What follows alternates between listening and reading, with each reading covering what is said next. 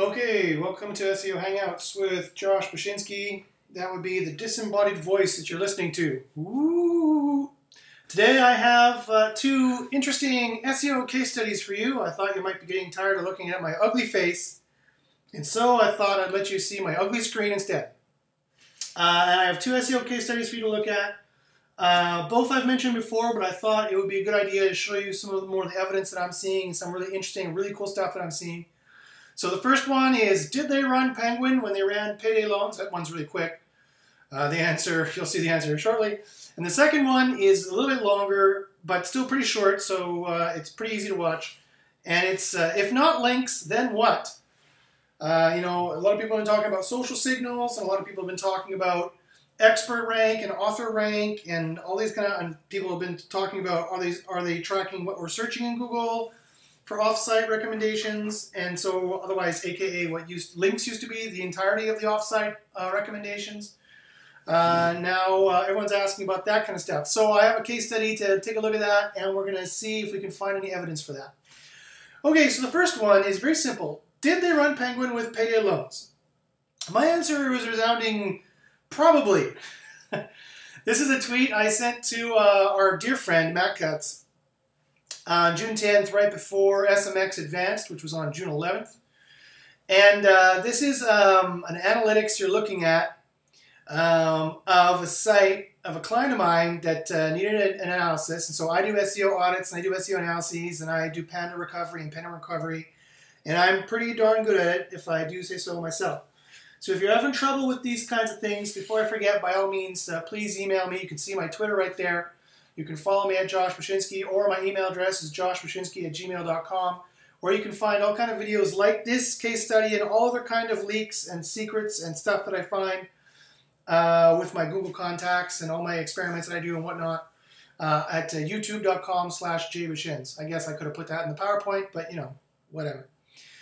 So anyway, so the question is, did they run Penguin with payday loans? And so this was a site that was apparently hit by Penguin. This was the Penguin October 4th release date. Barry reported that they were playing with Penguin about a week after that, and so the site was clearly hit at that time, whatever it was, and Penguin was the only thing reportedly at that time. Now, of course, it could be Panda, but when we look over here, we see that on May 16th is the date that they said they released payday loans, or the Google spam algorithm, and Dr. Pete Myers confirmed that on May 16th, payday loans was released, and Panda was released on May 19th. So it doesn't look like it was a Panda that freed them. It looks like it was payday loans that freed them. And it looks here that it could be Penguin that hit them. And this is not the only one I have. I have a bunch like this that are even more clear. This is the only video I had, the only picture I had to show. And so payday loans is an algorithm that is supposed to also go after spam. And I did a video last year that showed that it works almost exactly like Penguin 2.0. That if you had, say you had the site penguin.com, you're trying to sell penguins. If you had all your links said penguins or buy penguins, and your site was buypenguins.com, those are the kind of sites that were hit by Penguin 2.0. And those were the kind of sites that were hit for payday loans 1.0 as well. So payday loans either used the Penguin algorithm or was very similar to the Penguin algorithm, or it looks like it could have been part of the Penguin algorithm, because now it looks like this is some pretty clear evidence that they were hit by Penguin and they were released by payday loans. And so either Google didn't tell us that they either ran Penguin at that time, or payday loans is part of Penguin, or incorporates Penguin, or something along those lines. So I just wanted to show you that really quickly. Of course, Matt Cutts never responded to this. Their modus operandi these days is to be as obtuse and confusing as possible, to make it as hard as possible for you, the small business owner, and some large business owners as well, watch our clients of mine and watch these videos. But it's their job. They think their task these days is to make it as difficult as possible for you to clean up the penalties, because they think that they have the moral authority to do that. Okay, so now moving on to the second case study. So this one is really interesting. And I've been mentioning this for a while. And the question is, does social work? There's some people who say it does, some people who say it doesn't. Do they track any other kind of offsite recommendations than just social? what is this expert rank? What is this author rank? Is this working to help rank sites for the general logged in, or just the logged in searches, or for the global searches? So let's take a look. So everyone thinks that, of course, backlinks are the only thing, the only offsite recommendation that matters. And they would quote what was quoted here at XMX Advanced. Now, Jillian Meyer, I don't know her personally, but she was nice enough to tweet this out from XMX Advanced. This was from an actual slideshow at XMX Advanced. This was not her presentation. I believe that she was photoing this and tweeting this out. And so this, however, this quote is used very often by people who say backlinks are still all that matter, both white hats and black hats. This is from Search Engine Watch, as you can see. But I think you need to read the entire quote to see what's going on. And it says, Matt Cutts says, I think backlinks still have many, many years left in them.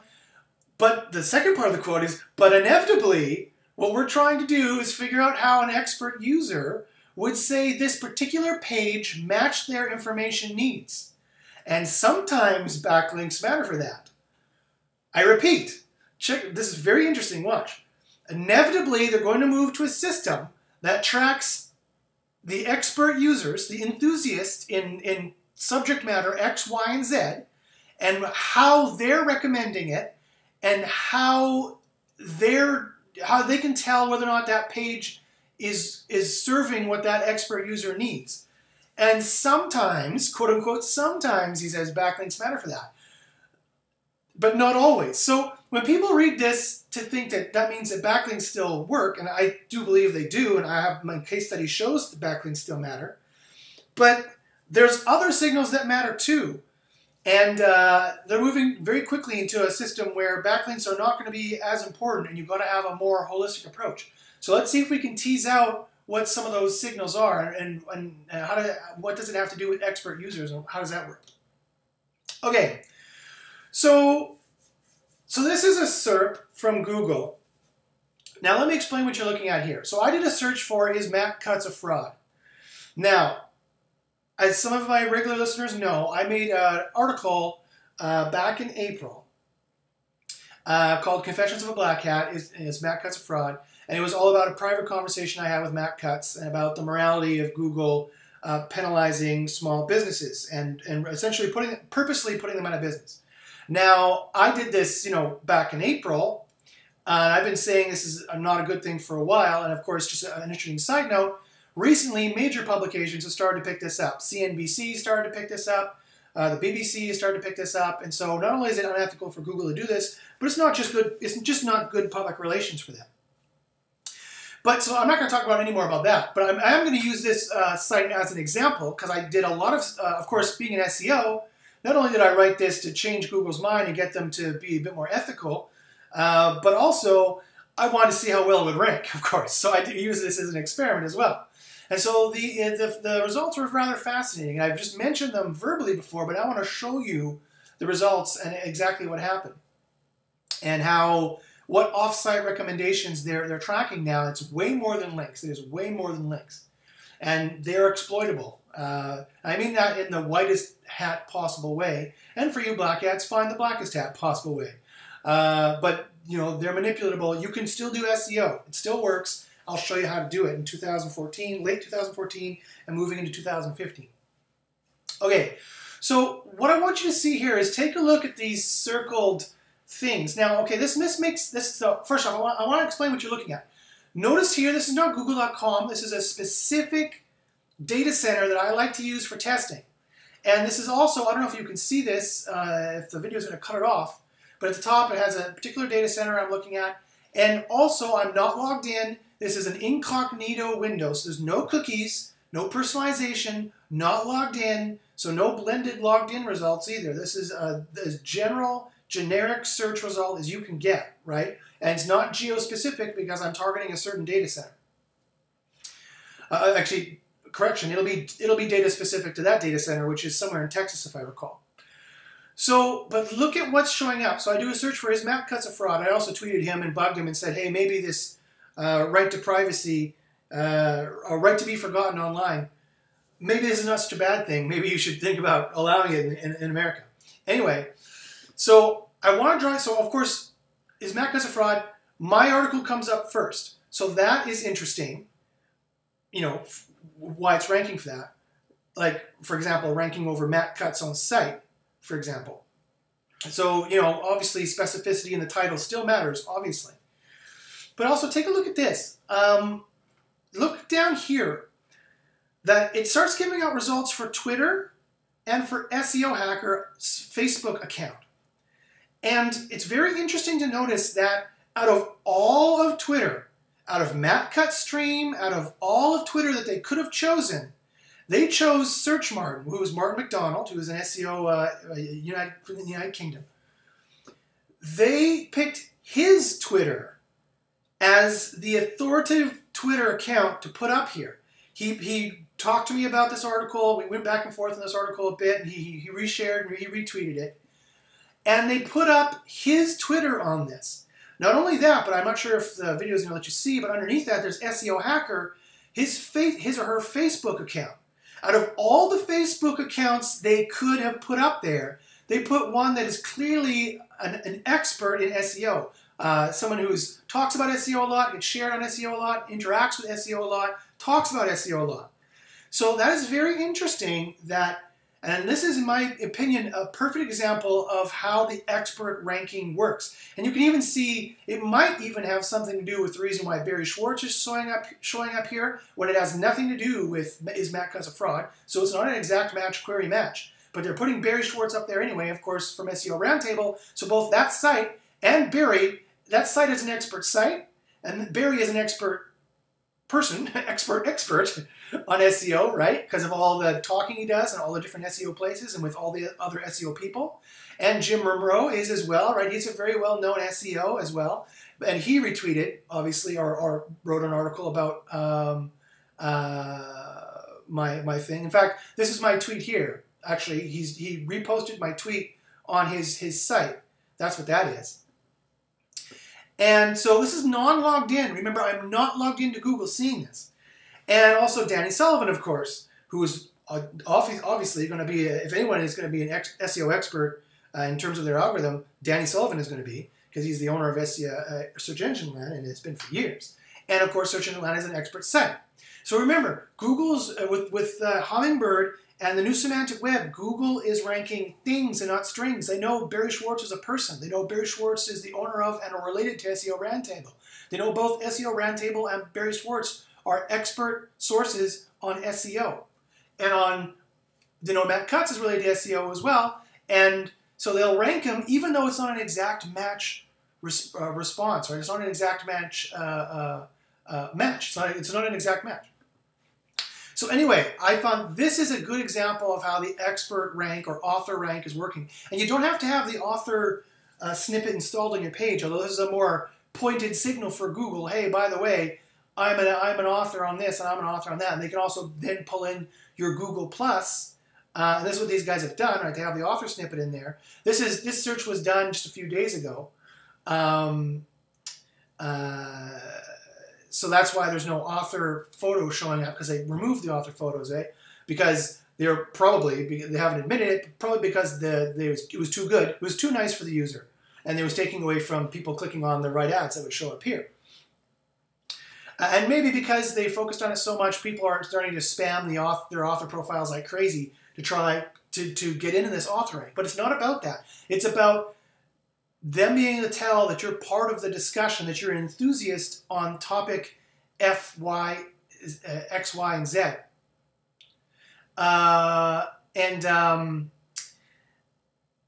Yeah, so I found that very interesting. This is a very interesting result. Out of all of Twitter and all of Facebook, why they would choose these people shows that there's clearly some kind of expert rank going on. Again, I'm not logged in. This is just a general search. Okay. So now, how can we manipulate that then? How can we exploit this? How can we do proper best case SEO, if you don't like the verb exploit, because you think it has a negative connotation, even though it doesn't? How do we use this? How do we optimize for the expert rank offsite recommendation that they're using now? And so I'm going to use my article as a case study to show you how I did it, how I managed to do it in one time. Now, I did it in a perfectly white hat way in that I went viral. I wrote something that was either so good and or so bad, so contentious, right, that lots of people shared it. And so in this case, except for the bad merchant algorithm, where if I was like cheating people, then people could go on to scam report or whatever and say that, and then that would be part of the bad merchant algorithm, and then I would start to derank myself. But otherwise, as long as that doesn't happen, in this case, any press is good press, right? Any sharing, even if they think you suck, any sharing on their social is still going to help you, right? Okay, so here's the article, and here's how it went. So I'll give you the timeline. So here we go. I wrote this. So here's the article. I wrote the article. The site's called The Moral Concept, and the article was called King's Internet Confessions of a Black Hat. By the way, the confession was not mine. I'm not the black hat. Matt Cutts is the black hat. He's the one spamming us with his propaganda, and he's the one who I'm claiming is unethical in the article. For those people who the article was too subtle for, I just want to make that perfectly blunt. I'm not saying I'm confessing. I'm not saying I'm the black hat. I'm saying Matt Cutts is. And you can tell if you actually read the article or looked at the pictures I have on the article with Matt Cutts. That's why we put him in a black hat. Anyway, so this is the article here. Now, what I want to draw to your attention to here was that, I've got a big header image, a big hero image, but it didn't seem to take away from the article. People were happily scrolled past that. So if you have a huge header image, make sure it's adding to the presentation and not taking away from it. The second thing, notice over on the bottom right here, I made sure to make social buttons that were big and had a call to action with an arrow. Nothing makes sales happen better or conversions happen better on a website than a call to action with an arrow. And that's why I think you'll see I got so many, one of the reasons why I got so many social shares, because not only did I make it contentious, I made it really easy for them to share it, whether they agree or disagree, right? So you have to know the psychology of your user, and you need them to convert in two ways. You need them to buy, and you need them to share you. In fact, if they don't share you, no one will buy. If no one buys, you don't have any money to have the website anymore. So it's a two-pronged problem. You have two problems here. You're on the horns of the bull. You got a dilemma. Anyway, I just wanted to point that out, that this is how I think, if you're going to do it the white hat way, and there's no reason why you shouldn't do it the white hat way. That's just best practices. That's just best web practices, right? You should have big social buttons on every page, and they should stay with you when you scroll, which these buttons do. And so they're there, and people have every opportunity to share you, right? And you'll see why it's so important for that in just a second. Okay, so this was the article. Okay, so this was the next day. This is fascinating.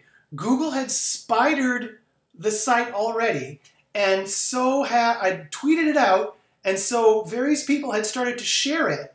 This is only the next day. I posted it a few days earlier. This is April 30th at 9 a.m. in the morning, literally at 9 a.m. in the morning. You notice, you know the screenshots from then, because look, the author snippet is still showing up, right? Including the circles they're in. Oh, and they removed the circles you're in too. Clearly the number of circles you're in matters for expert rank for Google+, because they removed it. Why would they want to remove that? That's not taking away from click-through rate of their ads. That's just because people were getting lots of Google circles, and it's a ranking factor. So make sure your Google+ account has lots of people have followed you. You're in lots of circles, and you're talking a lot with those people. It's not just fake follows, like follows with no interaction whatsoever, because they can see that a mile away. And make sure that you're talking with all these people. There's conversation, organic-looking conversation going around, and that your Google+ profile is associated with your website, or you've got the author snippet in there, a publisher or author, one or the other. Okay, so this was April 30th at 9 a.m. I don't even show up. My article is nowhere to be on the SERP, right? Even though they've spidered it already, and you can tell by the bold, I searched for Confessions of a Black Hat. Instead, this YouTube video is showing up, this one's showing up, these other sites are showing up, the Sierra Choose car is showing up here. This was the one that used to be #1 for this query. And as you're going to see, it's actually a very high competition query. Confession of a Black Hat was behind what I consider moderate to high competition, as you're going to see in a second. But even though they're not showing me, look, they're showing some news combinator for it, some aggregator site. I wonder if that's still showing up there. Let's go back. No, it's not showing up there anymore after Panda. Oh no, here it is, right here. Even after Panda 4, it's still showing up there. That's interesting. So Panda 4 was supposed to take out things like this. So I'd have to click on this site and take a look at it to see if I could see why I think it's still showing up. But okay, so you notice that anyway, this aggregator site showing up, and then this other site is showing up that I think just takes off of stuff off of Twitter. Or maybe someone put it on their blog already, maybe somebody found it already, although I don't know how, although I did tweet it out, so maybe that's how they found it. Now look at this. From 9 a.m. to 1 p.m., boom, I suddenly show up. And they say it was actually 3 days ago, although I only posted it on the 29th, even though the site says 3 days. So on my site, it says April 27th, right here. But that's not true. I actually didn't post this until April 29th. So it was actually 1 day ago, even though the site can tell, because the date on it, that it was 3 days ago and guesses it was 3 days ago. So this was actually just 6 hours later. So look, all the other ranking things are still all there, but suddenly, boom, my site shows up. It is shite. My site shows up. And they're reading the meta description, and they're using the exact title because I'm searching, so my query is in the title, and so they didn't rewrite my title. That's the exact title. And they also put in the meta description because it has the keyword in it. So this is a good reminder that if you want to make sure they don't rewrite your title or your meta description, make sure you have the exact query in there. If you want to rank for Confessions of a Black Hat, you have to have it in there, in the title and in your meta description. Not only for the signal of the exact match query in there, but so they don't rewrite your title to something else, right? Okay, so now, 1 week later, just 1 week later, look what happens. So between this time, it gets on here, I tweeted it, people go crazy, right? I had a couple, 2, 3, 4,000 people through it. Around 8,000 people went through it in this 1 week. Unique visitors went through it in this 1 week. I didn't do, that's all completely white hat. That's all completely just going viral. I'm not saying this to brag, I'm just saying for you to get an idea. It's nothing to brag about, it's just an article I wrote. You know, I'm not making any money off of this. In fact, this is probably costing me money. You know, Matt Cutts definitely has gone after me behind the scenes. I can't say what. Let's just say he's definitely gone after me behind the scenes. So this has not done me any SEO favors, let me tell you. But just 6 days. But it was a success in terms of viral marketing, right? It was a good experiment in terms of viral marketing, and so tons of people went through it. So just 1 week later, boom. You see up here, it's ranking up here, right? And I'm logged in, so it's also showing my Google Plus account and who I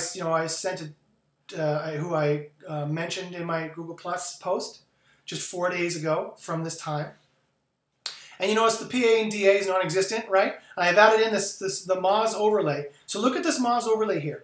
Just 7 days later, this site here is outranking. And I'll show you that it's not just because I'm logged in. I'll show you in a second. I'll show you now. This site, see, here it is. This is global, not logged in. So here it is here, global, not logged in. And look at this here. This is still here. This is, again, my data center that I use, not logged in, incognito window. These ones are still down here, right? The Sierra Chooser is still down here. This Confessions of Black Hat video is still down here. The guy with the cool hat. This is all down here. And the Black Hat World post, one of the posts, there's multiple people posted it on Black Hat World, and then their comments were hilarious to read. Those guys are always good for a laugh. So just so you know that it wasn't because I was logged in, that's why I was showing up there. So look what it's beating out. And you're going to see in a second. You're going to say, okay, well, Josh, you know, SEO Moz hasn't spotted this yet and hasn't counted your links yet. I'll go, okay, fine. So that's why there's no PA or DA. But look at the PA and DA it's beating out. PA 15 and DA 20, PA 37 and DA 40, and down here, YouTube, I don't know if you can see it, or the video will cut it off, PA 47 and DA 100 is the YouTube video, Confessions of a Black Hat. So again, just in 7 days, this thing bumped up so you can rank fast. And with all the SEO that was done, it's ranking #1, and it's beating out a site with 37 and 40 at PA 37 and DA 40, and a site PA 47 and DA, of course, 100 because it's YouTube. So the question is, and that's for people who are not logged in as well. So you have to be wondering, okay, well, Josh, you must have built some crazy links here. Would you fire up SEO Nuke, or would you fire up SEO Nitro, or what'd you do to that? I didn't build a single link to it. I did not, because I wanted on purpose to do a white hat, let's see if you can do it the way they say you're supposed to do it, kind of viral, experiment. And it's going to have crazy, but still, a lot of people must have linked to this, you're wondering, because if it's beating out a PA 37 and DA 40 and a PA 47 and DA 100, lots of people must have linked to this. The answer is nope. It hardly has any links at all. I'll show you exactly what it has. This is what it ended up with. This is from Ahrefs, and if you like to use their rankings, it's only URL rank 16 and Ahrefs domain rank of 37. It had in total only 53 backlinks. That's it. From a total of 14 different websites, and half of those are no-follow, by the way. So again, there was only 53 links in total, and from 14 different domains, and that's beating out a site that has a PA of 37 and a DA of 40, which, if you don't know the SEO Moz structure, that's the equivalent of like a PageRank 4 site, right? That's the equivalent of a site that has hundreds, if not thousands, of links. And especially this PA 47, that's like a PageRank of 5. That's a site that has thousands, if not tens of thousands of links. And this site, with 53 links in total and from 14 domains, half of which are no-follow, is outranking it handily. So anyone would admit that a SERP, a query space, Confessions of a Black Hat, that has sites that have a PageRank of 4 and a PageRank of 5 sites ranking on it, or PageRank 6, would say clearly that's a pretty competitive SERP, right? Not a super competitive, but a moderately competitive SERP, right? It's definitely not like every site was like this. This was not the case, right?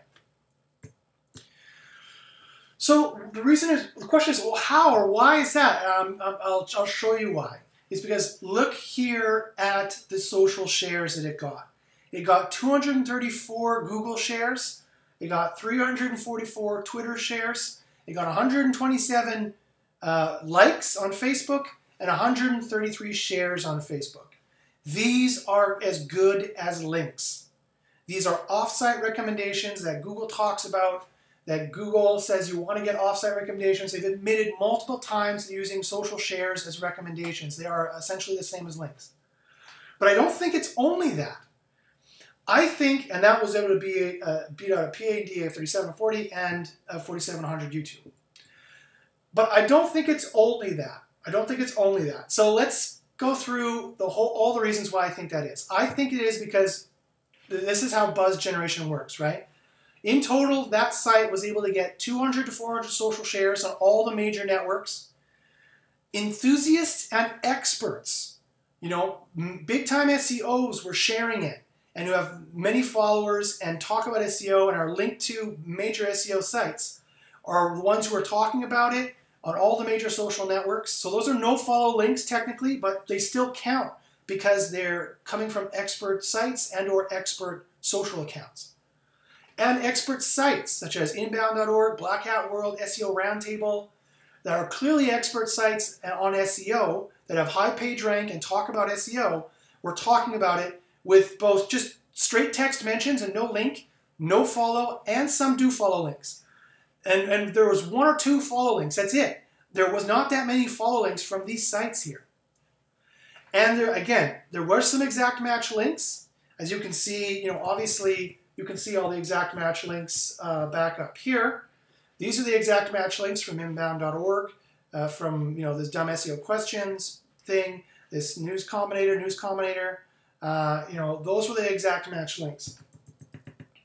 So definitely there were some of those, but there were far, far more social shares, right? There was only 53 backlinks in total as far as Ahrefs. And this Ahrefs snapshot was taken at the same time as these pages, where you can see it's ranking up here number 1 over these things. And it's still ranking number 1, by the way.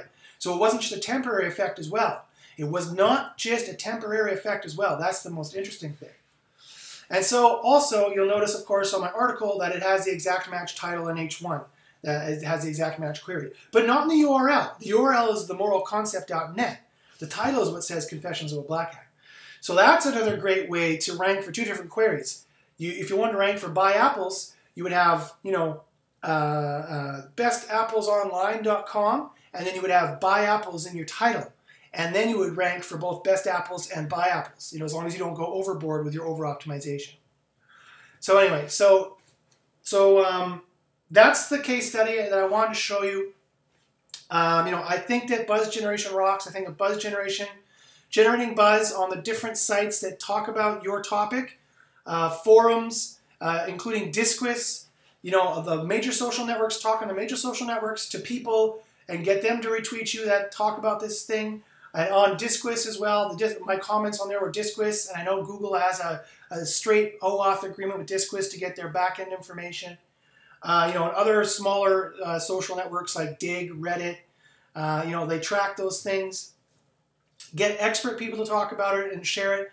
Get expert sites to talk about it and share it. And it doesn't matter if it's a link. It could be a mention or it's a no-follow. And the positive co-citation and the expert rank is going to help you rank. And if you have followers on your social profile and you link it to your social profile, then that should help it rank as well. Although, bear in mind, I didn't do that. I did not put the author snippet in the on my article. I don't know if Google knows that I wrote it. I have my name on it by Josh Bachynski, and they were smart enough to know that Josh Bachynski is my Twitter, and they were smart enough to read the text and tell when it was published, April 27th, though that's not true. It was published on April 29th. So that clearly they're using the written date there. So I don't know in this case study if that works, but it only makes sense. And other people have put out studies that author rank works, and I think it's expert rank. That's what I would call it, or enthusiast rank. They're trying to track who's an enthusiast in a topic. You don't have to be an expert in a topic. You just have to be an enthusiast in that topic. Visit those kinds of sites. Anyone who visits those kind of sites and talks to those social accounts, they're going to know as an enthusiast. How do they know that? Because of universal analytics. I've mentioned universal analytics many times, and it tells you what the people going to your site are into. It is scary. It is terrifying, the information that they have on that. So anyway, I think buzz generation is a new valid SEO strategy. A lot of people have been saying this for a while, but I'm definitely jumping on the bandwagon at this point. And I definitely know that it works. Here's some data to prove it definitely, and just worked in 1 week. And you can beat out, some PageRank 4 and PageRank 5 and some heavy hitter sites by, just getting a couple hundred social shares and getting some experts to talk about you. So how do you do that? Well, there's a bunch of white hat ways to do that, and there's definitely services that you can buy.